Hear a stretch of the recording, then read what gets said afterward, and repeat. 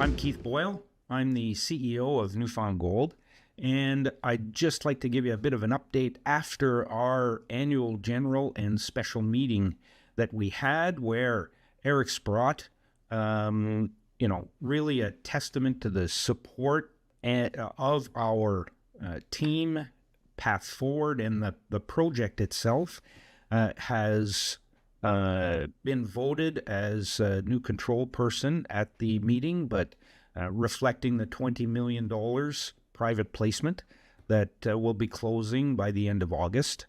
And with that and the $63 million bought deal that we did back in May, we're well financed to complete all the work that we have planned through this year and into next year.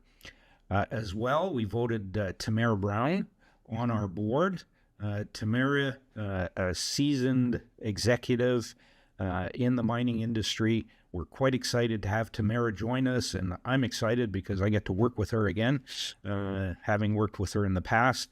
And so really excited to have Tamara on the board and contributing to this exciting story. And lastly, at the meeting, we got to speak to some shareholders and really connect. The management team that was there got to connect with some shareholders and answer some questions that they had. And, again, just feeling the support of the shareholders was good for us. Well, Keith, I think you kind of hit the key points there, but let me dig into it a little bit. People will be excited to see Eric is putting his money where his mouth is. And obviously, the $20 million additional contribution to the balance sheet, always welcome. What does a control person mean in the context of Eric Sprott and this project? Good question, Matt. The control person is a person that has more than 20% shareholding. So Eric went from 19 to 23 with this additional $20 million. And so it required a shareholder vote for him to go over that 20% holding. Right, but what is he going to do now he's a control person in terms of his input and his ideas and his interaction with the board? I mean, nothing more than what he did before, really. He's, of course, he's one of his largest, I think it's not his largest, second largest investment. So we do talk regularly, and he likes to hear what's happening and what direction we're in. And so very supportive of how we've, shifted direction from exploration to now towards development and quickly into cash flow. So he was, the $20 million is a real indicator of how supportive he is on that new direction. Fantastic. Now, the other bit of news I'm very excited about is Tamara Brown joining the board. Obviously, people may know her from Orla, and obviously you know her from Superior Gold days. Maybe give people a little bit of update about maybe what your expectation of her is and what she brings to the table. Well, like I mentioned, I previously worked with her at Superior, and she was, my CEO while I was the COO there.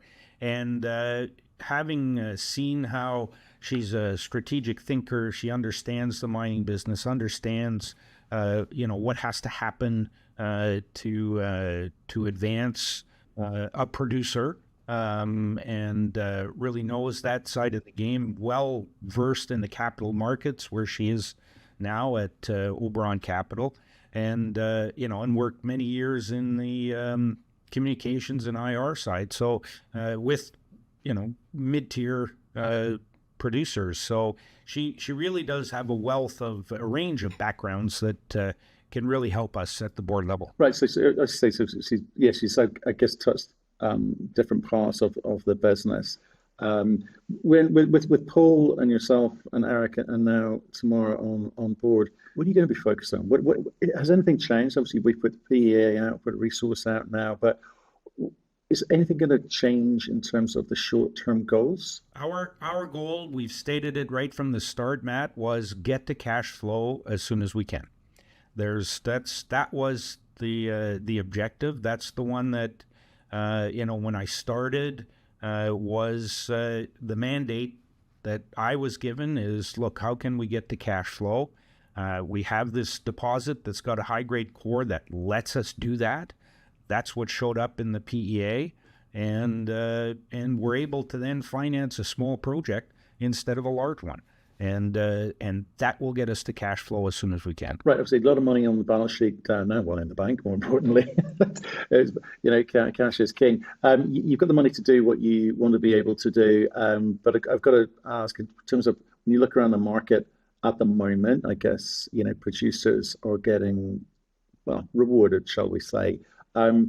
Is there anything that you see out there that changes your mind, any in terms of your business plan as you see it today? Well, in terms of the business plan, getting to cash flow as soon as we can doesn't change one iota. Had to ask. Well, and cash is king. You said it. Cash is king. I know. We've seen people changing business plans. I'll make damn sure that people are focused on that for you. You said you met up with, obviously, it was a chance for shareholders to come and meet you. In terms of the turnout, were a lot of shares represented there?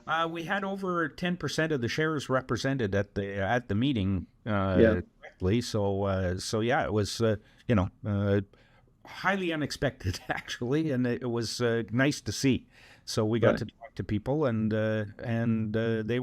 they too were quite supportive of our new direction, the direction we're in to get to cash flow. Okay, well, look, you got the first AGM out of the way since you've been there. It was obviously good news. And further afield in terms of the kind of new institutional backing and following that you've got, do you still believe that they are behind the plan? Again, is anything changing their minds on this?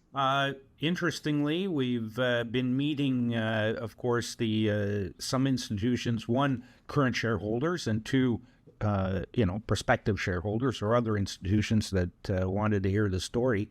And they all support the direction that we're in.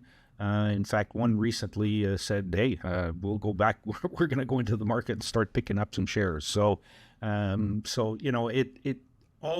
been all positive feedback, Matt. We've, really no, what I would say, hesitation that we've seen from any of the potential shareholders or current shareholders. Okay, and so can you remind me again, okay, between now and the new year, in terms of delivering that, quick, the route to cash, the route to success, what should we be looking at for the rest of this year? So the rest of this year, we've got, of course, the upgrade drilling that we're doing of the resource.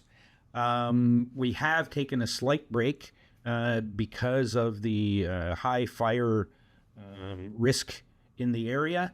The island has received rain of late, quite a bit of it. So that risk now has come down, and we've restarted the drilling on site.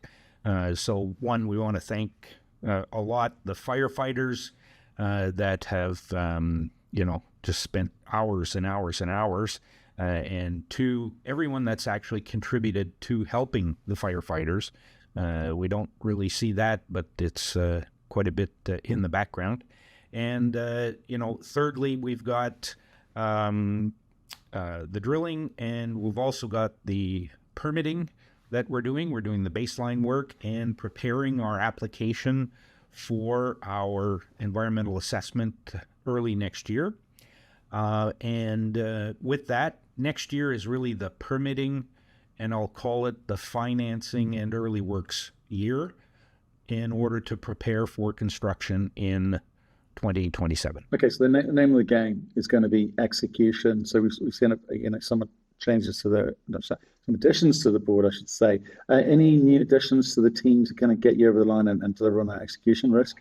Well, we're actually having an alignment and execution session with the full team in a couple of weeks, and so we'll have all those details mapped out for us in the coming 18 months. Okay, Keith, appreciate the update. Speak to you soon. Thanks, Matt.